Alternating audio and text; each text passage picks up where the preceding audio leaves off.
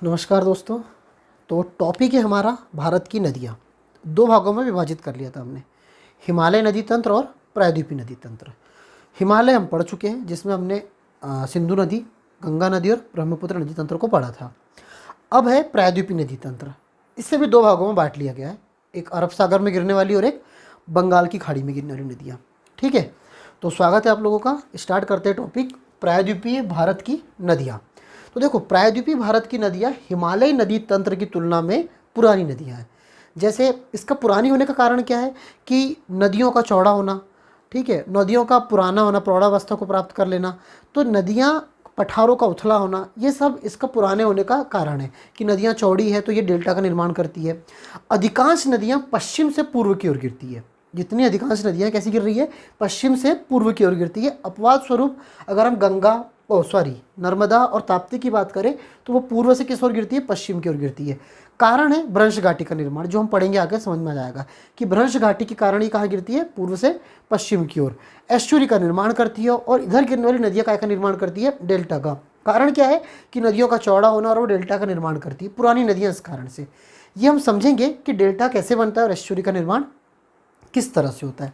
ठीक है, तो देखिए, अगर हम बात करें प्रायद्वीपीय नदी तंत्र की, तो जो प्रायद्वीपीय नदी तंत्र है ये अधिकांश नदी तंत्र वर्षा ऋतु पर आधारित है, कि वर्षा के जल पर ही निर्भर करता है। ठीक है, जैसे कावेरी नदी पढ़ेंगे तो इसमें समझ में आएगा कि वर्षा जल पर आधारित है और इस पर विवाद क्यों है। ठीक है, इसके अलावा अगर हम यहाँ की नदियों की बात करें तो यहाँ की नदियाँ मानसूनी है, जो ऋतु पर आधारित हो गई है। तो यहाँ के नदी तंत्रों को भी दो भागों में बांटा है। कौन कौन से दो भाग है?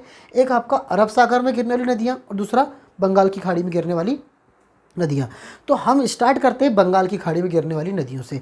वैसे अगर प्रायद्वीपीय भारत में हम बात करें नदियों की, तो प्रायद्वीपीय भारत में जो उत्तर की नदियाँ हैं, जैसे केन, बेतवा, चंबल, क्षिप्रा, तो अधिकांश नदियाँ चंबल में मिलती है। चंबल जाके किस में मिलती है? गंगा में मिल जाती है। इलाहाबाद के पास हमने पढ़ा था गंगा नदी तंत्र, तो ये गंगा नदी तंत्र का हिस्सा हो गया।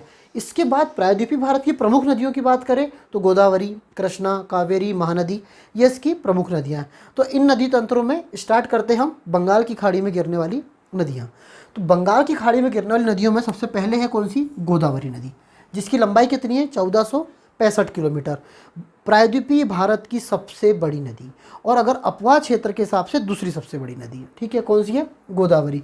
तो गोदावरी नदी महाराष्ट्र, आंध्र प्रदेश से होते हुए कहाँ गिरती है? बंगाल की खाड़ी में। और काय का निर्माण करती है यहाँ पे? ये डेल्टा का निर्माण करती है। देखिए, गोदावरी नदी कहाँ से निकली है? नासिक की पहाड़ी में त्र्यंबकेश्वर नामक स्थान से। नासिक की पहाड़ी में त्र्यंबकेश्वर नामक स्थान से निकली है। और ये काय का निर्माण करती है? ये यहाँ पे डेल्टा का निर्माण करती है। महाराष्ट्र और आंध्र प्रदेश जैसे राज्यों से होते हुए गुजरती है। इसकी सहायक नदियों की बात करें तो दाईं ओर से मिलने वाली प्रमुख सहायक नदी कौन सी है इसकी? मजीरा। बाईं ओर से मिलने वाली नदियों में कौन सी है? पेनगंगा। पेनगंगा की सहायक नदी है वर्धा, फिर वेनगंगा और एक है यहाँ पे प्राणहिता, ये इसकी सहायक नदियाँ। एक प्रमुख सहायक नदी कौन सी है इसकी? यहाँ पे इंद्रावती। इसके अलावा सबरी, और सबरी की सहायक नदी कौन सी है? सिलेरू। देखिए, गोदावरी नदी निकली कहाँ से? नासिक की पहाड़ियों में त्र्यंबकेश्वर नामक स्थान से निकली है। हाँ, इस प्रायद्वीपीय भारत में ये जो पश्चिमी घाट है, ये जल विभाजक का काम करता है। एक अरब सागर की ओर नदियाँ गिरती है और दूसरी बंगाल की खाड़ी में नदियाँ गिरती है। तो इस पश्चिमी घाट के नासिक की पहाड़ी में त्र्यंबकेश्वर नामक स्थान से कौन सी नदी निकली है? गोदावरी। महाराष्ट्र, आंध्र प्रदेश से होते हुए बे ऑफ बंगाल में गिरती है। बाईं ओर से मिलने नदियों में पेनगंगा, वेनगंगा, प्राणहिता। वर्धा पेनगंगा की सहायक नदी है। इंद्रावती, सबरी, सबरी की सहायक नदी सिलेरू। ठीक है, इसके अलावा अगर हम ये प्रायद्वीपीय भारत की सबसे बड़ी नदी है। प्रायद्वीपीय भारत की सबसे बड़ी नदी कौन सी? गोदावरी। इसके बाद अगर बात करें हम किसकी? कृष्णा की, तो कृष्णा नदी कहाँ से निकली है? महाराष्ट्र में सह्याद्री पर्वत, ये जो पश्चिमी घाट का सह्याद्री हमने पढ़े थे, तो इस सह्याद्री पर्वत के कहाँ से निकली है? ये महाबलेश्वर नामक स्थान से निकली है। महाराष्ट्र, आंध्र प्रदेश से होते हुए ये कहाँ गिरती है? ये भी बे ऑफ बंगाल में। ठीक है, और इसका जो डेल्टा है किससे मिल जाता है? ये भी काय का निर्माण करती है? डेल्टा का निर्माण करती है। और इसका डेल्टा किससे मिलता है? गोदावरी नदी के डेल्टा से जाके इसका डेल्टा मिल जाता है। इसके बाद इसकी सहायक नदियों में इसकी प्रमुख सहायक नदी है जो दाईं ओर से आके मिलती है, वो है तुंगभद्रा। इसके अलावा है मालप्रभा और घाटप्रभा। देखिए, एक तुंगभद्रा, फिर इसके अलावा मालप्रभा और एक घाटप्रभा। बाईं ओर से मिलने वाली नदियों में कोयना और भीमा, ये कहाँ से मिलती है? बाईं ओर से मिलती है। इसका जो डेल्टा है किस में मिल जा रहा है? इसका डेल्टा मिलता है गोदावरी के डेल्टा में, और गोदावरी नदी को कहा जाता है वृद्ध गंगा। दो हो गई आपकी, एक गोदावरी और एक कृष्णा। तो गोदावरी नदी को कौन सी नदी कहा जाता है यहाँ पे? वृद्ध गंगा कहा जाता है। इसके बाद एक इंपॉर्टेंट नदी यहाँ की कौन सी है? कावेरी। निकली कहाँ से? कर्नाटक के कुर्ग जिले की ब्रह्मगिरी की पहाड़ी से। कर्नाटक के कुर्ग जिले की ब्रह्मगिरी की पहाड़ी से कौन सी नदी निकली है? कावेरी नदी निकली है। इस नदी पर कौन सा जलप्रपात है आपका? शिव समुद्रम जलप्रपात है। प्रमुख सहायक नदियों में हेमवती इसकी एक प्रमुख सहायक नदी है जो बाईं ओर से मिलती है, और अमरावती और लक्ष्मण तीर्थ दाईं ओर से मिलने वाली सहायक नदी है। देखिए कावेरी नदी में कुछ और चीज़ है, इसको राइज ऑफ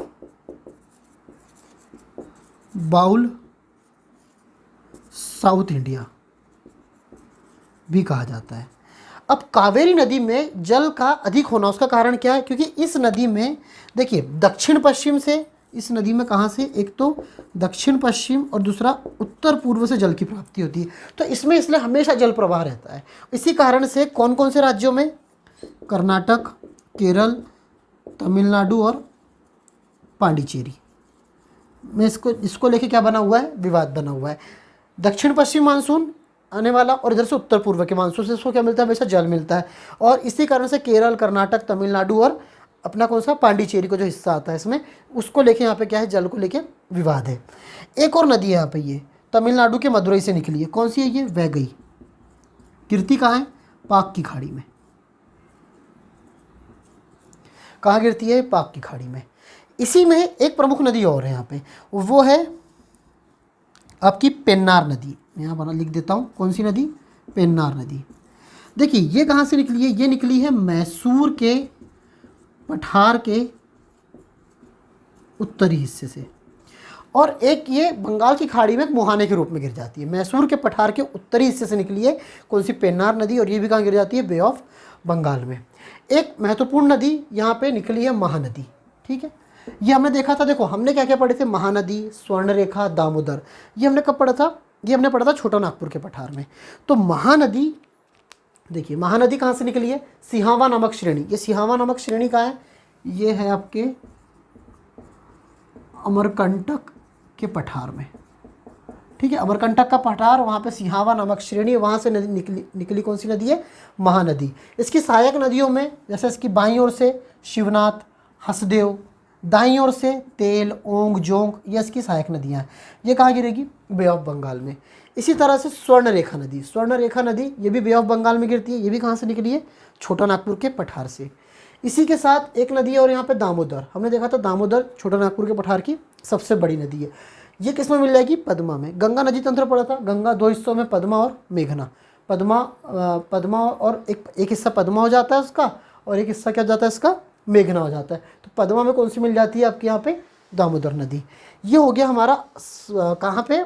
बंगाल की खाड़ी में गिरने वाली नदियाँ, जिसमें हमने मुख्य रूप से देखा गोदावरी, अपना कृष्णा, कावेरी। कावेरी की हमने दो तीन चीज़ देखी, शिव समुद्रम जलप्रपात, rice bowl of South India. ठीक है, इसके अलावा इसमें केरल, कर्नाटक, तमिलनाडु और पांडिचेरी, इसको लेके विवाद है। विवाद का कारण है जल का हमेशा होना, क्योंकि दक्षिण पश्चिम और अपना उत्तर पूर्व से इसमें जल की प्राप्ति होती है। फिर एक वैगई देखी हमने, फिर इसका देखा हमने यहाँ पे महानदी।